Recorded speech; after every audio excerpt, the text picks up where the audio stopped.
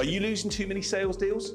These 8 points are critical when it comes to winning business on a consistent basis and ensuring that the best deals go your way. My name's James White and I'm a small business sales expert and a man that loves to win new business. I have these tools in my locker to win consistently. I'm going to help you win more business. Watch this video, you're going to find out how.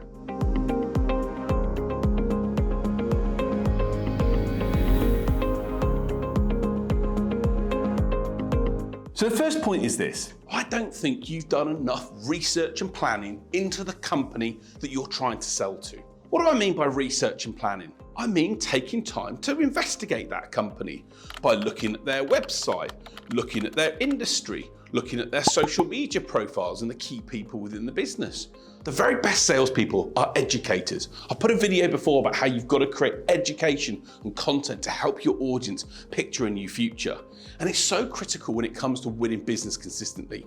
You've got to be able to understand what their world is looking like and what are the plans that they've got in place for their company or their industry. What's potentially affecting them? Maybe what are the threats that happen to that industry that could mean they've got to then take new action?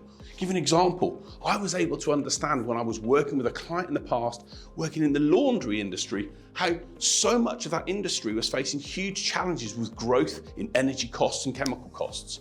I'd done my research into the industry and so therefore knew that I had a solution that they would be interested in. Research and planning is critical, and when you do it well and you do it in a way that enables how you're going to approach the opportunity and winning the business, you're going to be in a far better position than just going at it in a haphazard way. Make sure you do your R&P. If you don't be surprised if you lose deals you probably should have won. The second key point is this: you simply didn't convince the right people in that organization that you were the right solution for them. And you might say to me, well, James, how it's really difficult to do that because I've been communicating with a person that was the right person and I thought they were great and they were really keen on our solution. But sadly, they weren't the people or the person that makes the decision. Ultimately, in lots and lots of business situations, you have to be able to get through to the right person or people that are going to sign off that order, that are going to put their name to that deal and say, yes, we'll go ahead. And until you do that, don't be surprised that you basically lose opportunities that you feel you should have won. If I'd had a pain for as many salespeople have said to me, I've been engaging with person X, and I've said to them, great, how do they make the decision? Or who else is involved in making the decision alongside them? Or who are the other group of people that affect what happens here? And the honest answer is a salesperson doesn't know. And if you don't know who the key decision makers are or is, then you're not going to be in a position to win the deal, or you're going to think you've done the right thing and that you haven't convinced certain people. Let me give you an example of that. A number of years ago, I was talking to a business that was the CEO. I felt sure that they were going to buy my sales training. They were potentially a great opportunity for us, and I felt convinced that I'd done enough work to win the business. The CEO, right? They make the decisions. I was selling to the top person. Wrong. Behind the CEO, there was actually a shareholder. Another person actually ran the business, had a huge impact on what that CEO did. And I didn't win the opportunity because I hadn't taken into account this other person. So if you're selling into a business, who are the consultants? Who are the other stakeholders, the shareholders that they may bring on board to give advice on a decision? Or if you sell into a larger organization, is there a committee or group of people? Finance are involved, procurement's involved, other teams are involved. Look at all of the right people that are involved in the decision itself. But if you don't do this, don't be surprised you do huge amounts of work and then find that actually it's got into a person that can't sign it off, which will hurt you and cost you so much in terms of emotion and time. Learn to convince and understand the right people. And if your potential client that you're talking to can't tell you how they go about making a decision, then it should send warning signs into your brain. It's critical in sales. Get that authority in place and know who's going to make the decision to sign things off so you can then do what you need to do to bring them over the line. Point number 3 is this: a simple one: pain or pleasure. There are only 2 reasons why anyone, whether it be companies or people, buy things. And it can be both together. It can be a pain and pleasure, but it has to be one of these or both together. In other words, what's the true pain point that that company has got? And if you're not in one of those camps and they don't have a big enough pain or a drive to get that pleasure or that what they want to achieve in place, you're not going to do any deals at all. People don't just buy because they just want to spend money. They buy to solve a problem or to get themselves where they want to be. And your job is to be able to find that out with the deals that you're doing. Download my 52 questions. We'll put a link in the guide here so that you can ask the right questions in order to find out the pain or pleasure, but you have to do it. If you don't be surprised where basically it's not a big enough issue for them. It's not something they really want to do. And then suddenly you just get moved into the long grass, or you get told, thanks very much, but no thanks, it's not for us right now. When you've got true pain or a real desire to do something, you want to take action pretty quickly, and that can help you win the deal. So the fourth point is this: you were not a good fit for them. What do you mean, you might say? Well, the honest answer is this. I have companies that say to me, well, we do work with Coca-Cola, and we do work with McDonald's or British Airways or these big organizations. And I go, well, so what? What's that got to do with me as a small business? One of the skills of sales is to match what you do and the value that you provide and the services that you offer to your potential client. And when you try and sell everything to everyone, you get an average reaction, and chances are you'll lose deals. But if you know you work with a specific segment of a market, for example, you might sell to IT directors or HR directors or finance directors or, I don't know, CEOs, for example, what it is, and you know you're a good fit because you've got evidence of what you've done with people similar to them, they're more inclined to feel like you're going to help them and make the reality happen for them. People don't buy things because they just don't think it's going to work, or they can't see themselves in that situation. And so your job is to make sure you're a good fit. When you're a perfect fit and you have a service that solves a specific problem for a specific audience, then people are going to start to believe that you can bring their pain or pleasure to an end and want to work with you. But if you're trying to do something with, for example, very large organizations, but you've got no evidence or examples of how you've done that for other large organizations, it's tough.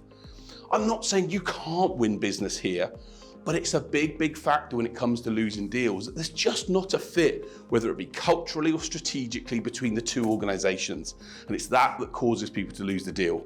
So another big factor of why you lose the deal is you cannot uncover to the prospect your true value. What do I mean by true value? Maybe within your business, you've got a specific set of USPs or unique selling points or competitive advantages, but for some reason you weren't able to convince that person that that value or the values that you see as being important are values that they believe are important. An example of this might be when someone says to me, oh, there was a company that came in and won the deal that they offered a lower price.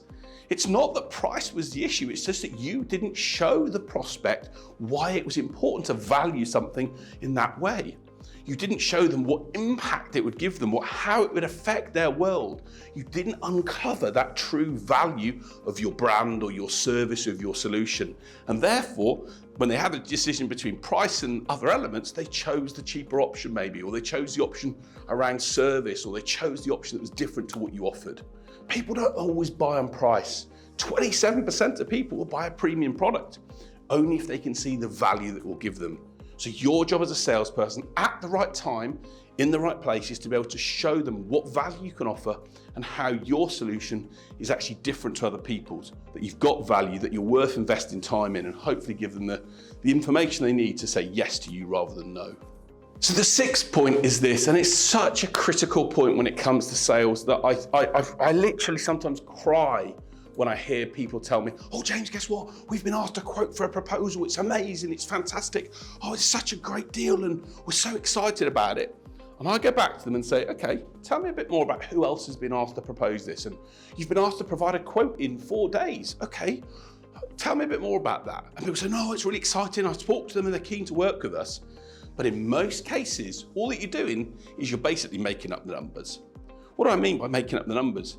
They've already got someone lined up to do the work. They've already got someone in their mind who's given them value and shown them what the problem could be, how the problem could be resolved.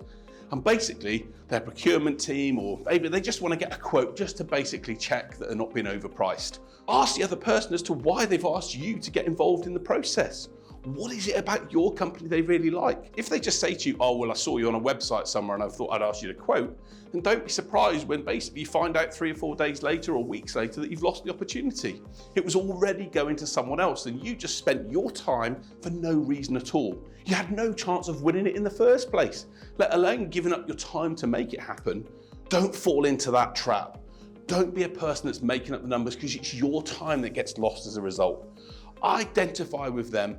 Who else is involved in the process? What else is it about those other organizations that are key? What's made them come to you in the first place? What's made them talk to those other people? And actually ask them and say, look, how would you compare us versus that company? And what are you thinking about when it comes to the solution? Just be honest with me so I can give you the right information to help you make the right decision. Doing that will basically save your time, will save your emotion, save your energy, and will stop you from losing a deal that basically you never stood a chance of winning in the first place. So my penultimate point around why you lost the deal is you took the wrong action at the wrong time. What do I mean by this? There's a video that I'm going to share with you here. Here's the link on emotional sales intelligence. And emotional sales intelligence relates to your self-awareness. It relates to your ability to build relationships. It relates to your ability to have empathy and to basically have self-control. And sadly, so many salespeople and business owners don't have those aspects in place. And because you don't have the aspects in place, you lose opportunities that you could have won. I can't tell you how many times I've seen people get things wrong by the work they do and the actions they take. And I think to myself, how can they learn? It's all about your ESI skills and making sure you take more of the right actions than the wrong ones. Little things like spelling mistakes in proposals or getting the client's name wrong or not building up rapport at the right stage, they can all be key factors that can cause you to lose the deal. And sometimes those small factors together make up bigger factors. There's another video which I'll share with you called the prospect bank balance, and the little things you do between different times make a difference when it comes to making the big overall decision. If you want a bit more help and understanding of what to do and how to do it, that's exactly what me and my team at the Small Business Sales Academy do. We help salespeople and business people take the right actions at the right time to get the results. But if you continue to do this and continue to do things that basically annoy the prospect or basically put them on the back foot, don't be surprised that you're going to lose the deal. And the final point, the 8th point, and probably one of the most critical, they're all critical, is the issue of money. Sadly, so many salespeople do not win business because they do not address the money or the budget or the investment discussion well enough. They may be afraid of talking about pricing and because what it means, and they get worried about talking about money because they've got this hang up around, oh, I can't talk about money because it's bad. It's just this money conversation becomes challenging for people. But if you don't address it, if you really don't start having the conversations around it, then don't be surprised if you lose deals. How do you start to approach your prospects around this investment decision? Asking questions like, look, we've got to talk about this to make sure we don't waste each other's time. Just tell me a bit more about how you're planning to invest in this area, or what sort of funds you've put aside to invest in this area to get the result that you want. You could even say something like, typically the service that we offer can range from £2,000 to £4,000. How does that feel for you? How does that sound to you? And if you get a reaction that is a bit not sure, then ultimately you may need to address the money issue, because there's no point you submitting a proposal and working long into the hours in the evening and doing all that work if the money or the issue is so far apart for both people. People will buy your value for sure, but a lot of the time they've got to be able to match what I call the value gap between what you sell and the price you sell it at versus what they see as being valuable and useful. And if you can't bridge that gap, you will lose the deal. So address the money issue, get comfortable on your price, repeat your price continually. A little tip I give people, my price is £2,000, the investment for my services is £2,000, the investment for my services is £2,000. And when you get asked the questions about how much it's going to cost or what it looks like, you'll be able to comfortably tell people the investment for our services is £2,000. How does that sound to you? And get a reaction from them, which will hopefully help you guide what goes on from here. The key thing is, if you don't address this issue, as well as these other elements, you're going to stand more chance of failing than winning. I don't want that to happen for you and your company. So look, there are my 8 key points around how to stop losing deals in a business situation that you should have won. My passion, I can't tell you how much I want you as a business owner or sales professionals to win deals that can help you be happy. Seeing that commission come in, seeing that money come into your bank account gives you feeling better times with your loved ones. You feel more confident, you feel better about life in general. And that's what I love doing, is helping salespeople win those deals to feel better about life in general. And if you address these 8 points and make sure you spend your time to cover the key bases, you've got a far better chance of winning.